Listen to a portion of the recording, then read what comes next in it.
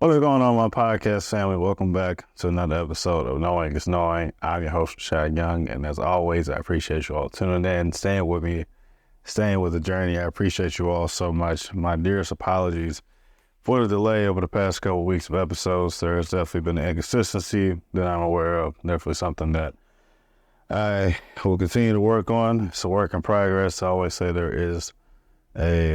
it's always a moment that we have where we recognize our patterns, and it's up to us to make that active change. Now, dealing with the context, a lot of stuff has been happening over the past couple of weeks. I've moved back home, literally and figuratively back home with my family. Very grateful for this next step. Very grateful just to have an opportunity to do something different and to continue to expand and learn and grow. And sometimes you get the opportunity to do things and you just take it and you move forward and you accept whatever comes with it. So this is more of a grateful celebration, me back home. Very grateful for my family and friends that have supported me in this time. So you have my word, I'll be more consistent because one, I want to continue to document my own stuff, but also there's a beauty in having discipline, right? There's a beauty in holding yourself accountable to the goals and the things that you want to reach, because at the end of the day, time is limited, and it's not necessarily about any monetary thing that we get from doing things in this life. It is more so holding yourself to the highest standard to be your best self and hold yourself in the highest regards to the things that you would like to accomplish, especially when you have the ability to do so. I think a lot of us can lose sight of that we have a lot more time on our hands than we probably would like to admit. And because of that, whatever it is that you truly want to do, please take advantage of it when it's right in front of you. So that's me holding myself accountable from a content piece, but hopefully you got something from that as far as different goals in your life. So today I actually wanted to talk about finding your lane, right? I know we've heard the saying before, stay in your lane or figure out your lane or figuring out your purpose and all the different things. And I think for me, sometimes I think asking what is my purpose in life is it's not a one-stop shop answer to me. I think when you ask yourself that question, you kind of find out that your purpose is dynamic. It changes over and over throughout time. You get different interests, you get different ideas, you find new things through your experiences. And so to figure out your one singular purpose alone is a challenge, especially when you're presented with new and different opportunities. And it's up to you to find a way to navigate through that and find some hope in that, and obviously seek guidance from whatever you believe in, the things above you, God, etc., to really determine that path. But there's a truth that in life you're offered several different paths of opportunities, and because of the singular choice or choices that you make along the way, your path can alter, and you just have to find a way to do your best to do with that moving forward. I always will say this because I think it is the truth. Our number one gift in life is to serve regardless of what it is. And doesn't matter how much money you obtain. As I mentioned, we are meant to serve beyond our own thoughts, dreams, concepts, and goals.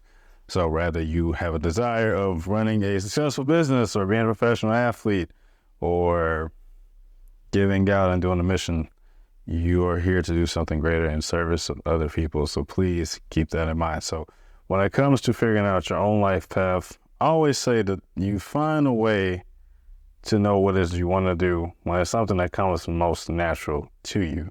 So let's say you are a gifted singer. You've been given a very angelic voice to better understand yourself and sing the beautiful songs that are created or some songs that you've written. So you have a gift for that.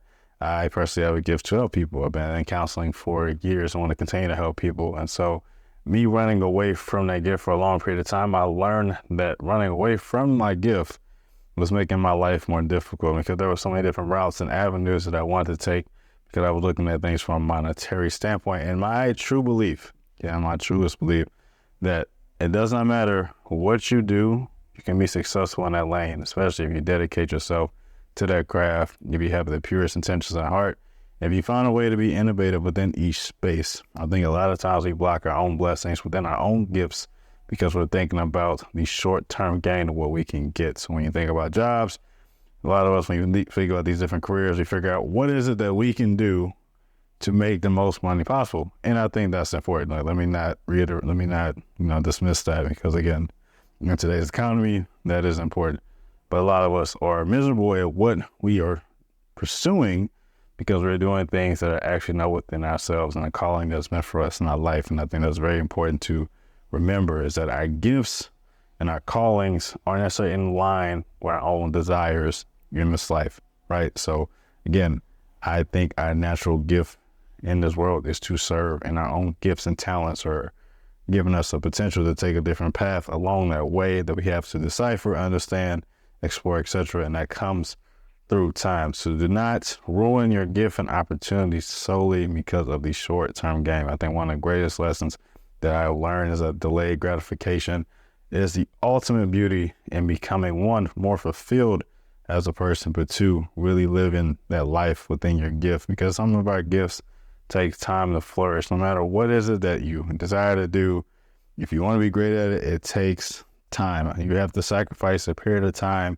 to be great at it. It does not matter what it is. It does not matter how you get there. It doesn't matter how long it takes.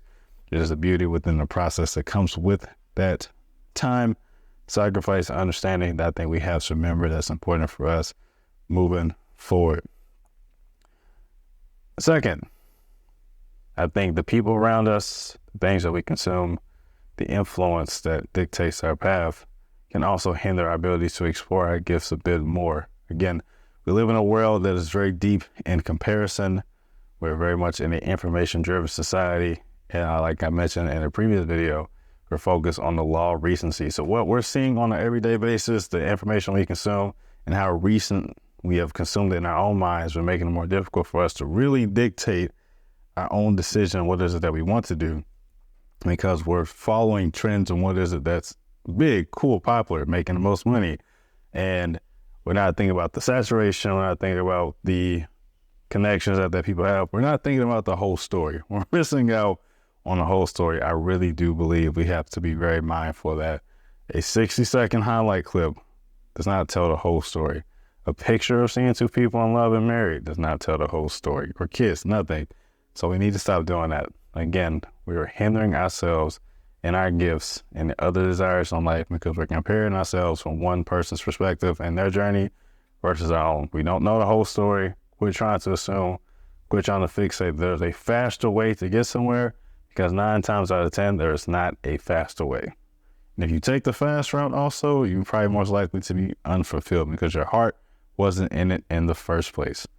Again, my favorite theory, and the one question I ask people is, if you got to where you want to get to right now today, what changes? I think that's a genuine question to ask. If you had all the money in the world today and all your problems can go away, are you more fulfilled as a person? Yes or no? And the average person will say yes because, bills, student loans, etc. debt. But after you have done everything that you want, if you have an unlimited amount of money, you realize really quick, in my opinion, I could be wrong, in my opinion, that you will still be struggling with a fulfillment problem.